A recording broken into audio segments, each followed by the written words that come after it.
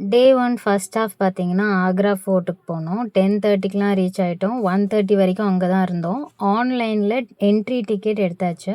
Short history பார்த்தீங்கன்னா, அக்பர் தான் 1565வது வருஷம் இந்த ஃபோர்ட்ட கட்டியிருக்காரு.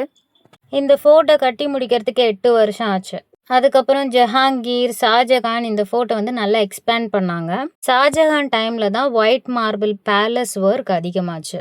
ஆக்ரா ஃபோர்ட் ஃபுல்லா ரெட் ஸ்டோன்ல கட்டப்பட்ட பேலஸ் மட்டும் இல்ல, இது ஒரு முகல் கிங்டம் சென்டர். இங்க தான் ராஜா இருந்தாரு, ராணி இருந்தாங்க, சோல்ஜர்ஸ் இருந்தாங்க, பவர் இருந்த இடம், டிசிஷன் எடுத்த இடம், எல்லாம் சேர்ந்த ஒரு ராயல் வேர்ல்டுன்னே சொல்லலாம்.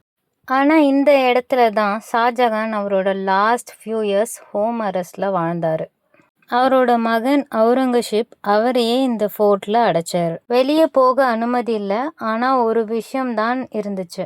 தூரத்துல இருந்து டெய்லி தாஜ்மஹாலை பார்க்கலாம்.